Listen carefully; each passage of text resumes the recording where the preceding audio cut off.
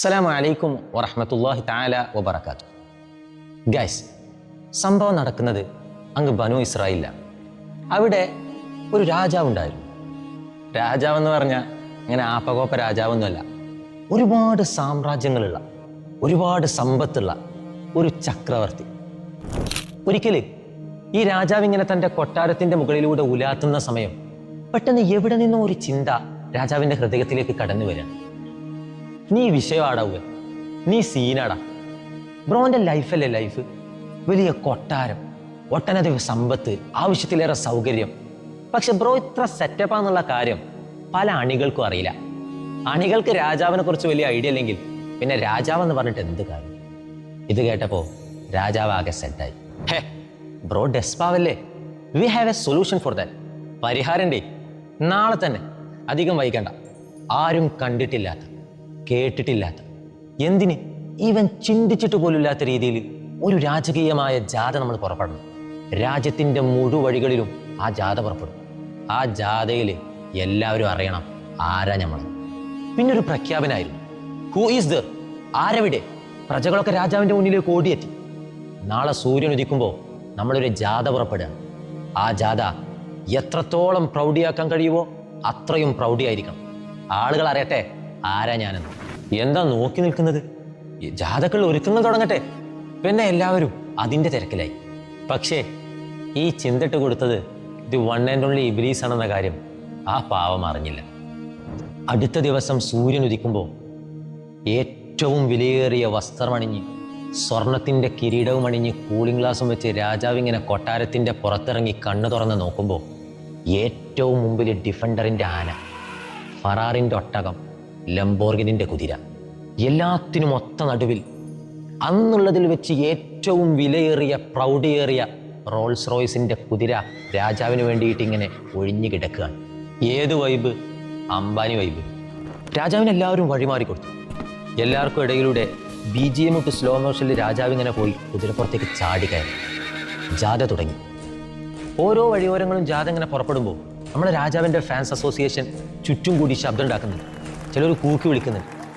രാജാവ് അപ്പോഴൊക്കെ ആരാധകരെ ശാന്തരാകുമെന്ന് പറഞ്ഞ് മുന്നിലോട്ട് ഇങ്ങനെ പോയിക്കൊണ്ടിരിക്കുക.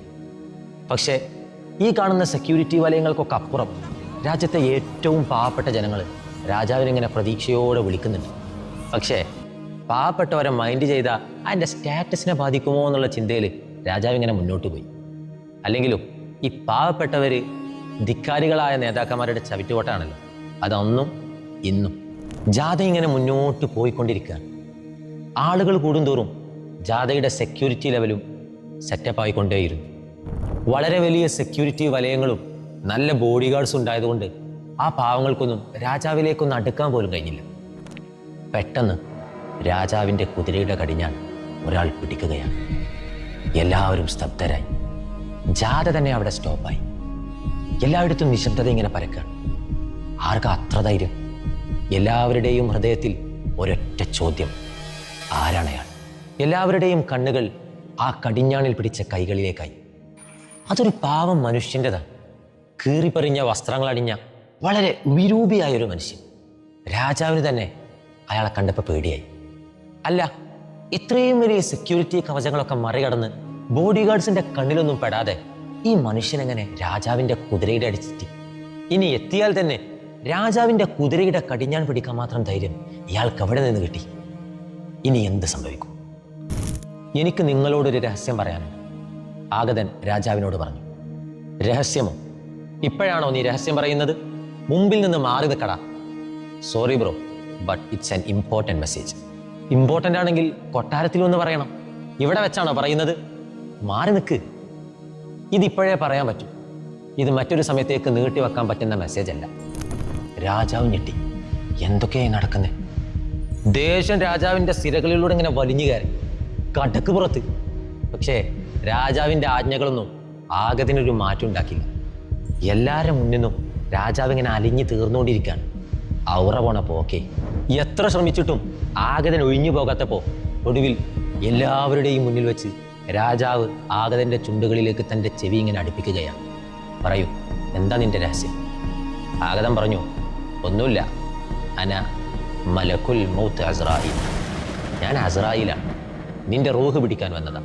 ഇത് കേട്ടതും രാജാവാകെ തളർന്നുപോയി. രാജാവിൻ്റെ തലയിലാകെ ഇരുട്ട് മൂടി തുടങ്ങി. ഹൃദയത്തിൻ്റെ മിടിപ്പ് കൂടി. എന്താണ് ഈ കേൾക്കുന്നത്? രാജാവിലുണ്ടായ ഭാവമാറ്റം അണികളിലും ആശങ്കയും ജിജ്ഞാസയും ഉണ്ടാക്കി. എന്താണ് ഈ സംഭവിക്കുന്നത്? അസ്രായിൽ, ഐ ആം സോറി. എനിക്കെൻ്റെ കൊട്ടാരത്തിലേക്കൊന്ന് തിരിച്ചു പോകാം. എൻ്റെ വീട്ടുകാരെ ഒന്ന് കാണണം. ഞാൻ ചെയ്ത തെറ്റുകൾക്കൊക്കെ ഒന്ന് മാപ്പ് ചോദിക്കണം. അവസരം തരണം അസ്രായിൽ. ഇല്ല, ഇനി സമയമില്ല. നമ്മൾ പോകേണ്ട സമയം എടുത്തിരിക്കുന്നു. പ്ലീസ്, ദയവ് ചെയ്ത് ഒരു മിനിറ്റ്. ഞാൻ എൻ്റെ സമ്പത്ത് മുഴുവനും ദാനം ചെയ്യാം. എൻ്റെ കൊട്ടാര സാമ്രാജ്യങ്ങൾ മുഴുവനും തരാം. ഒരൊറ്റ മിനിറ്റ് പകരം തന്നാൽ മതി. പക്ഷേ രാജാവിൻ്റെ വാക്കുകളൊന്നും കേൾക്കാതെ അസ്രായിൽ എല്ലാവരുടെയും മുന്നിൽ പ്രൗഢി കാണിക്കാനെത്തിയ രാജാവിൻ്റെ റൂഹ് എല്ലാവരുടെയും മുന്നിൽ നിന്ന് തന്നെ പിടിക്കുകയാണ്. സമ്പത്ത് അള്ളാഹുവിൻ്റെ ഒരു പരീക്ഷണമാണ്. ബിസ്മില്ലാഹിർ റഹ്മാനിർ റഹീം. അൽ മാലു വൽ ബനൂന സീനത്തുൽ ഹയാത്തിദ് ദുനിയ വൽ ബാഖിയാത്തുസ് സ്വാലിഹാത്തു ഖൈറുൻ ഇൻദ റബ്ബിക സവാബൻ വ ഖൈറുൻ അമല.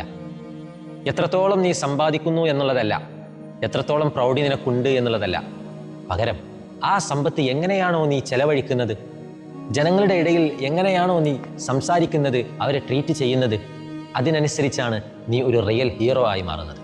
അല്ലാഹു സുബ്ഹാനഹു വ തആല നല്ലൊരു ആഖിബത്ത് നമുക്ക് നൽകി അനുഗ്രഹിക്കട്ടെ. ആമീൻ ബിറഹ്മതിക യാ അർഹമർ റഹീമീൻ.